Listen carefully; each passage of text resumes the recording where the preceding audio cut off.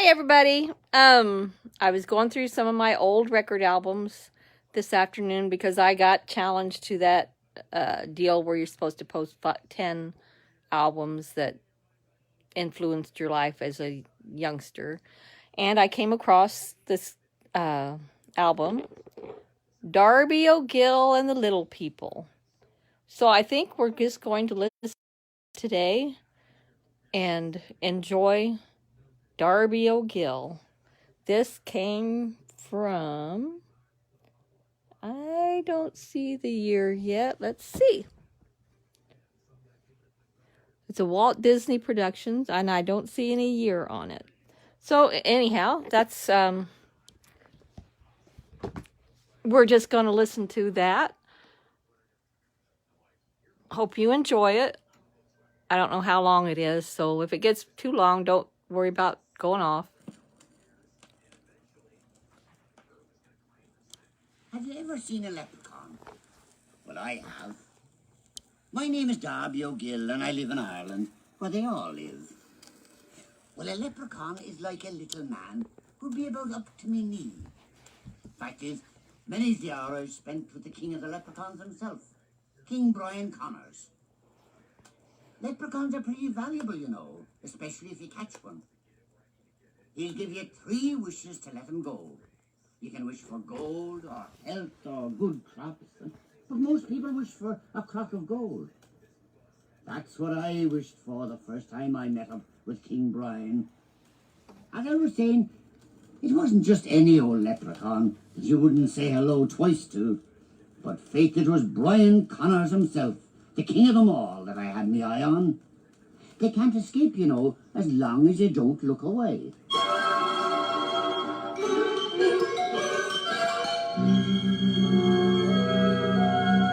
Well, on the night that I saw him, it was dark, and the mountain was covered with mist. The moon was no bigger than the light from a halfpenny candle, but that didn't hide him from me.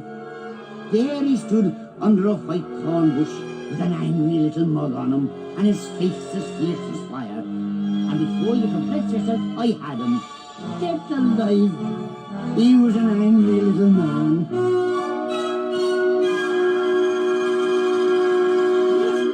Spalpeen, you tricky, deceitful, conniving, double-dealing, high-handed... Oh, there, King Brian, me old boyo. I've got you at last. And I'll not let you go until you grant me the favour of 3 grand wishes. Well, maybe we should talk this over. Here, have a pinch of snuff. Oh, no, you don't. And let you blow it into me eyes. Yeah, I'm on to all your dirty little tricks. No, you've gone too far. You'll get no wishes from me. Either you'll give them to me, or I'll keep you here for a week, with me eye on you. Well, wish you wishes, then I'll be done with it. I have work to do at home. Don't rush me. Rush you? You mean you'll not wish for a crock of gold? I made that in good time. But what's gold to a man and he too sick or too sad to enjoy it? You're a thinking man. I am. And my first wish is, you can give me health. Granted. My second wish is a small little wish indeed, but it means a lot to me. I want a grand big crop of potatoes. Granted. And my third wish is for the crock of gold. Granted. What a fine big crock it is too. And all those gold guineas and money. Now, what's your 4th wish? A 4th wish? Try me. You'll find I'm the generous man entirely.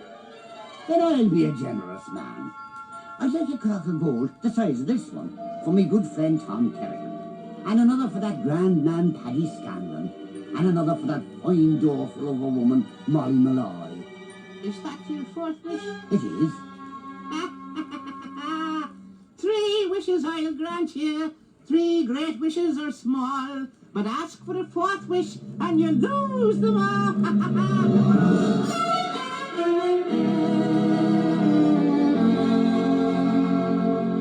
Wasn't I the fool of the world to let him trick me into that 4th wish?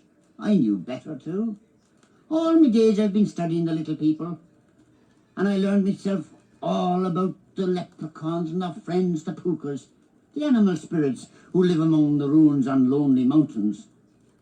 And I read about the elves and brownies from too, the kobolds living underground in Germany, the trolls in the big fjords of Norway, the dryads from ancient Greece, and the genies from the Near East. And the more I studied and learned about the strange creatures, the more I wanted to get back to King Brian himself. So I devised a plan to capture King Brian. It was a sly plan too. I knew Brian liked to visit Cleopatra, me horse. You see, Cleopatra was a pooka, a spirit horse, and Brian, being king of all the little people and spirits, often visited the stable. So I hid myself out and I waited for him. Once I saw him, my plan was to keep him in my sight until morning, for once the cock crows, King Brian loses his magic.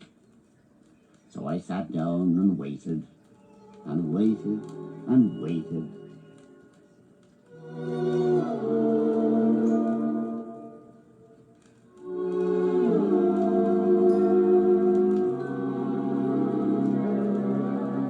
Well, Darby or Gill, you know, I never expected to meet up with you again.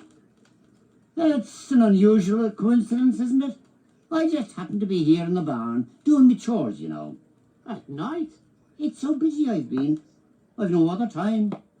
Ah, well, get on with the job then. I'll talk to Cleopatra. This is such a rare opportunity, King Brian, that I thought we might have a drink from the jug here, for friendship's sake. Oh, well, now that you mention it, my throat is a bit parched. Then have a cup of me finest. Ah, health.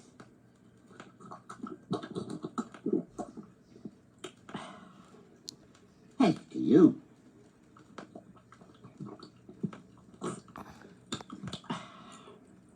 Oh, it drinks cruel easy, it does. Here, Darby, how about a song? Do you know the wishing song? I do not. Ah, we'd better not try it then. You have to make it up as you go. Sure, I can make up 1,000 songs. All right. Oh, I wish I had time to sing you a song. But when I get started, I sing all night long.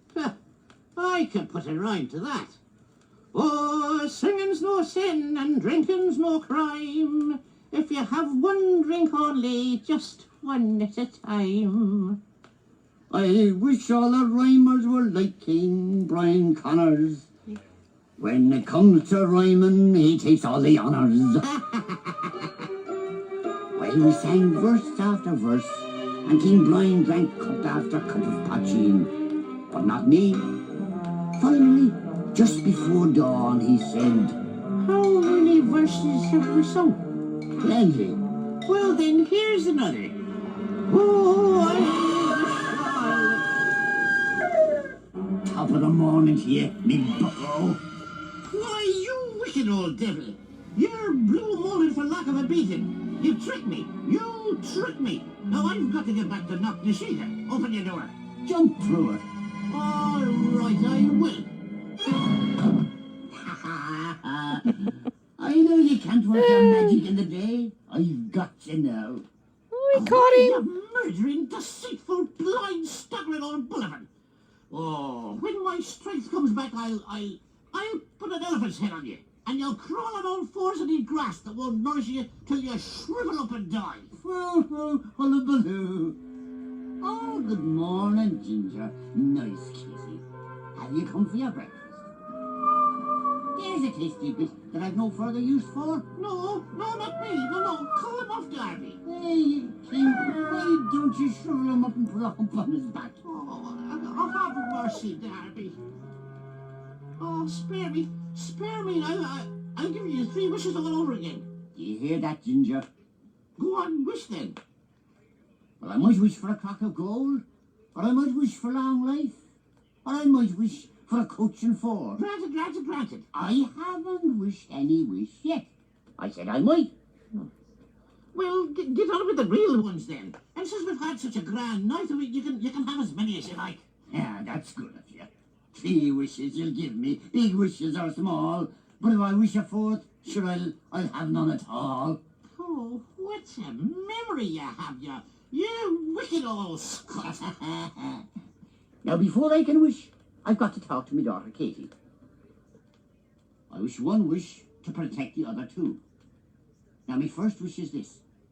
You'll not fly back to Knocknashega, but you'll be at my beck and call for a fortnight at least, until I thought of the rest. Why, you thief of the world!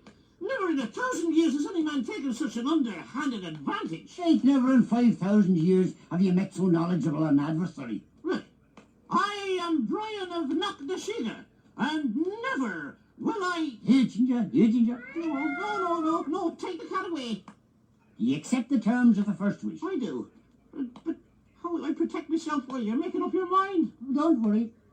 I'll take good care of you. I'll just slap you into this potato sack and keep you tied up. Oh, you bloody old goat! You wicked old goat! And that's how I captured Brian, king of all the little people.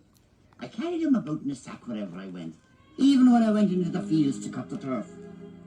About this time, a young man from Dublin came to help me with my work, and he quick took a fancy to my daughter, Katie. Did I tell you about Katie? Maybe not. She is truly the love of my life. A fine breath of a lass, with a smile that would charm the fishes out of the deep and the little birds down from the trees. Well, as I was saying, I was in the fields to cut turf, and I was taking a short nap after lunch, when I was awakened by wonderful singing. Faith, it was Katie and Michael walking hand in hand, and they were singing. No other can match the likes of you. You are my dear, my darling one, the smiling and beguiling one. I love the ground she walks upon, my pretty Irish girl. I love the ground he walks upon, my pretty Irish girl. Should I wish for happiness for me lovely Katie, or good health for Katie and Michael both? I still had 2 wishes left, and I couldn't make up my mind. Should I wish for a big house, or for a good crop?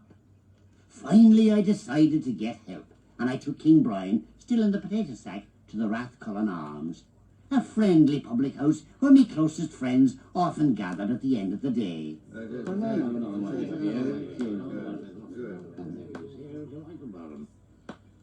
And I tell you, Darby, you moil and meddle with that little king. He'll put the come hither on you and make you his slave forevermore.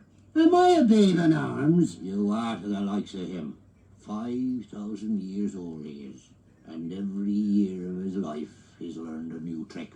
And I've learned 100. Ah, you're mad, mind you. You'll be caught like a rat in a snaptrap. No, I won't have your blood on my head, so don't go wishing any gold for me.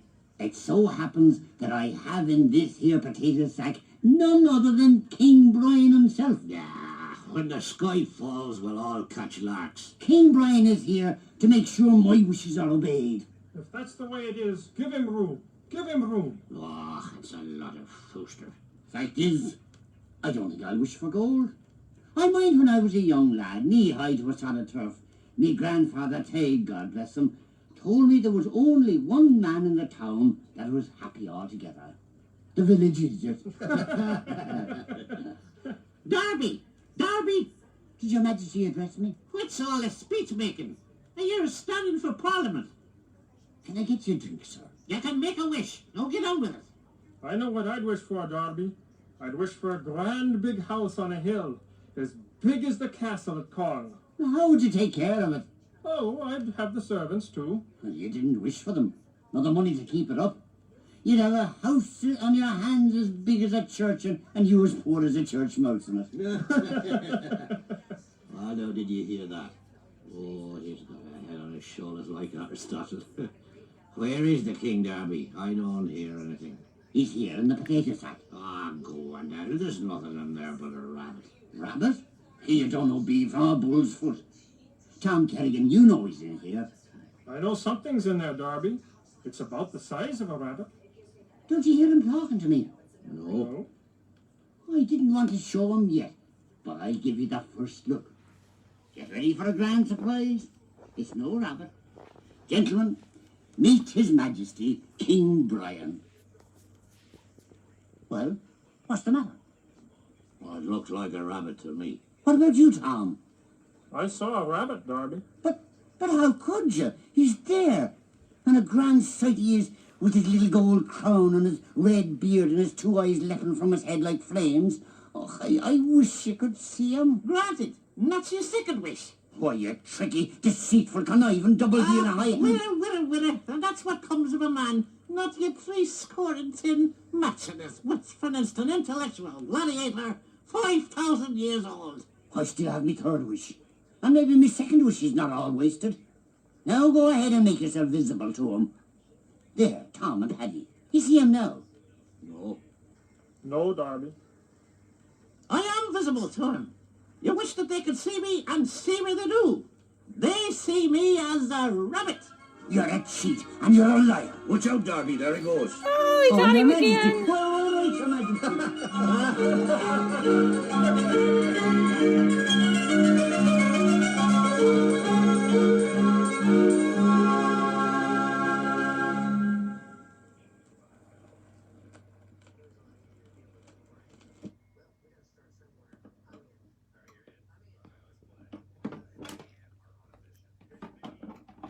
Side 2.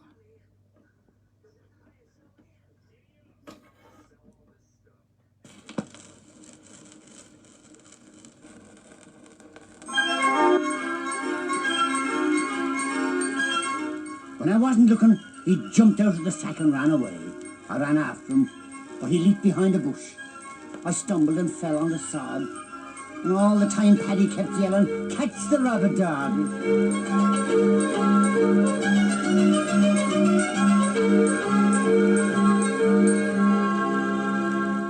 Some people just don't understand.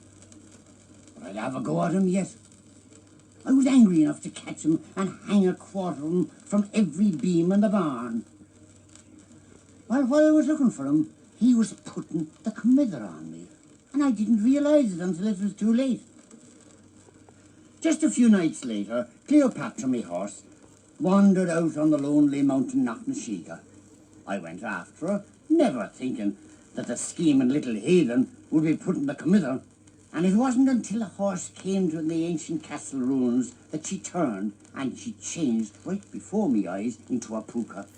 And she reared up terrible high, and I stepped back from her. And I fell down an ancient well. I fell for seemed like months. But I landed in a dark tunnel. Far ahead I could see light and hear music. So I picked myself up and made me way to the light.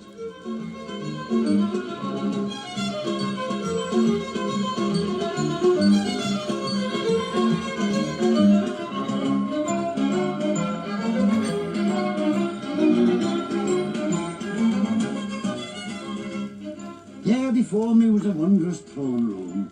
Sorry, I'm jittering. Talk about music and dancing.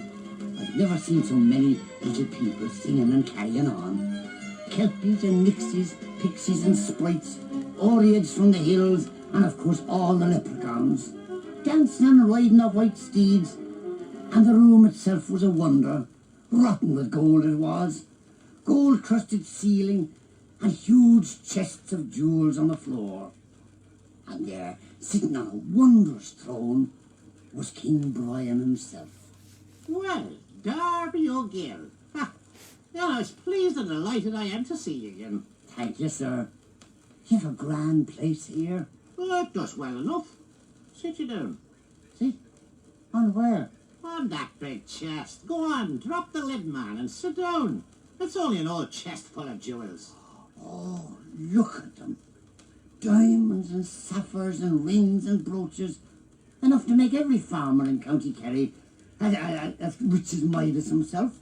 Well, we took it from the Spanish ships when the Armada was wrecked on the coast. Not quite, Georgia. Hey, the ship's gone too. Makes you want to, though, doesn't it? And the throne? By all the goats in Kerry. Now, do you think that I'd sit up on a Spanish throne? Why, it belonged to Fergus MacLeod, the ancient High King of all Ireland. Oh. And there's the gold cup of Cormac. And here's the sword of Brian Boru, who drove out the Danes. And over beyond there, you'll see the harp. Don't tell me. The harp that once through Tara's halls the soul of music shed. Aye, I declare to me soul. When I tell this in the pub, they won't believe a word of it. Well, you can't do that, Darby. Once you're here, there's no going back. But I've got to get back to Katie. Oh, don't you fret about Katie. She'll give you a grand wake, and then she'll forget you. Now, what'd you say about Katie? Oh, calm yourself now. What have I ever done to you? Nothing. Who's to tell stories about you? You do, Darby. Who makes the women mind where they throw their wash water when you and your lads are walking invisible? You do.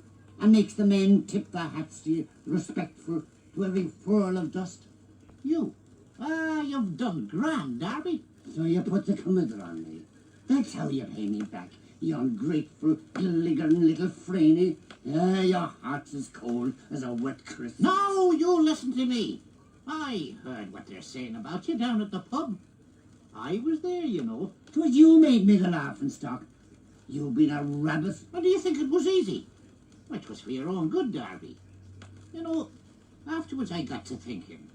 Now, Darby's a fine adversary and a knowledgeable man. And 'twould be grand, it would, to have him here under the mountain. So I sent for you. And if you're the fine, decent man I think you are, you'd show a little gratitude. Oh, I'm grateful. Well, you can say goodbye to the tears and the troubles of the world outside. For there's nothing but fun and diversion here. Listen.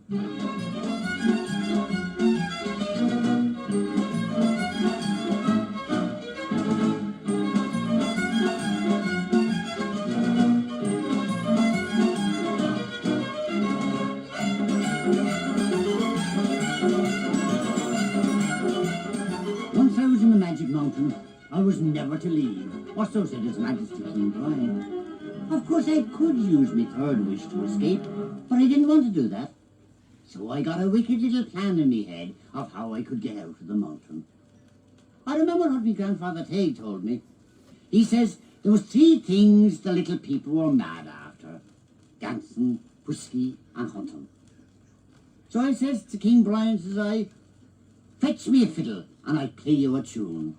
I have a fine harp here. Ah, no, I'm no great hand with a harp.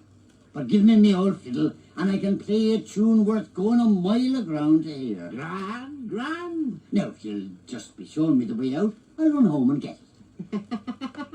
Now, none of your tricks, Darby. I said you were here to stay. Now, here's a Stradivarius. It was presented to me by the Emperor of the Italian fairies in 1700. I'd rather have me own. Well, you can just make do with this one. Now, go on, man, try it.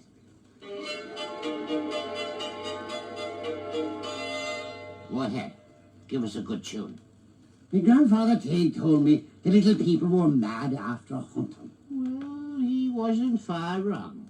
Then I'll play you a fox chase. Ah, the fox chase. Well, first of all, you hear the gathering of the huntsmen, and the hounds the glealer, and off we go.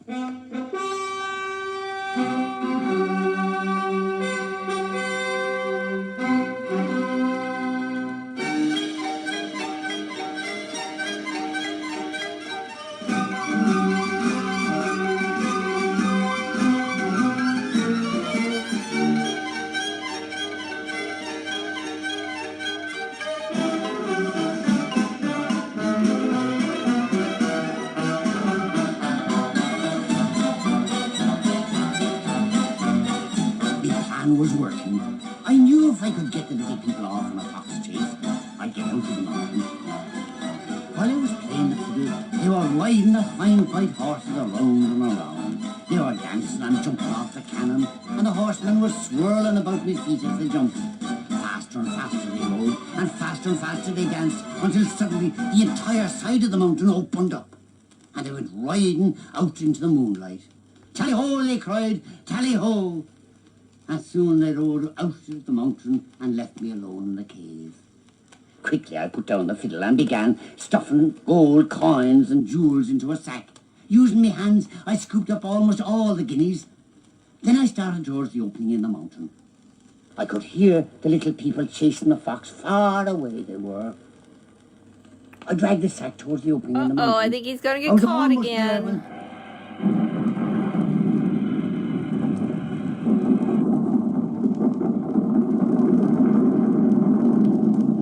The mountain began closing. I hurried, but the sack broke open. And as I went back to pick up the coins, the mountain closed nearly.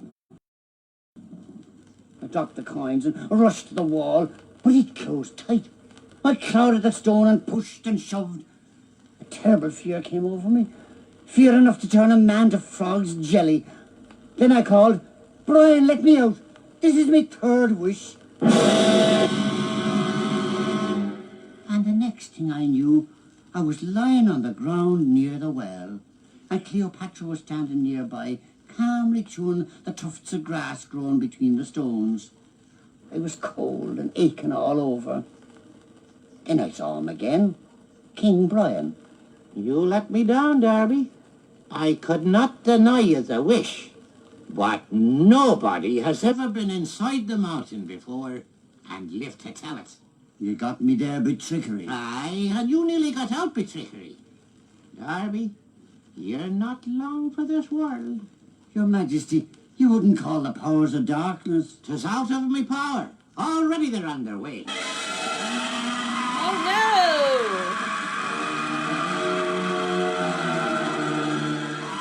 Listen, 'tis the scream of the banshee. Aye, she cries when someone is to die. See ahead. Here she comes. Her white robes flowing. Darby, why are you being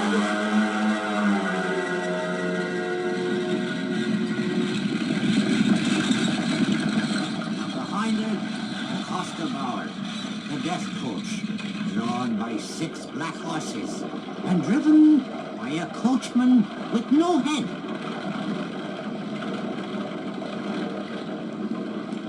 Darby, oh Gill. Enter my coach, Darby. Can I say goodbye to Katie? There's no time, Darby. No more time. Yes, sir, I'm coming. You can begin now, Mr. Coachman. I'm ready.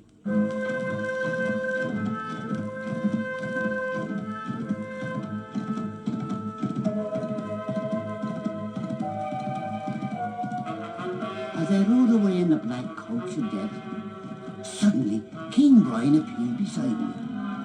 Darby? Faith, I was going to leave you, but then I says to myself, Brian, says I, you should be at his side, dead or alive or horseback. Well, then the truth of it is, I'm glad to see you. Darby, me boy, we had great sport together. We did. You've been a grand adversary, and I'm sorry I am to see you come to this. In the end, we all have to go. That we do. Well, I wish I could go with you, all the way. I wish you could, too. And you a knowledgeable man. You've done it again, you've wished your 4th wish. 3 wishes I'll grant you, great wishes are small. But ask for a 4th wish, and you lose them all.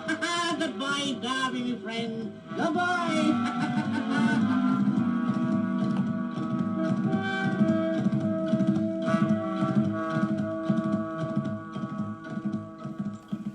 He tricked me out of the death coach.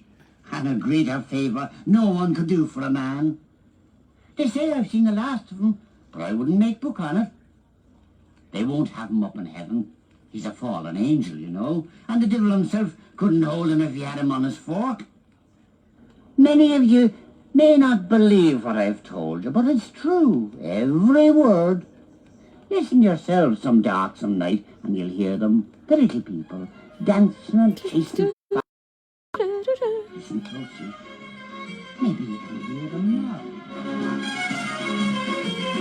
Hi, Betty.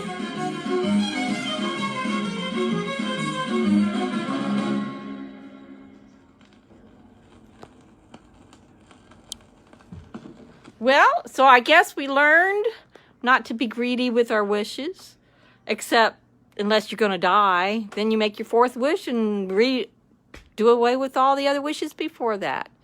So I hope you enjoyed it. We'll see you tomorrow. Bye.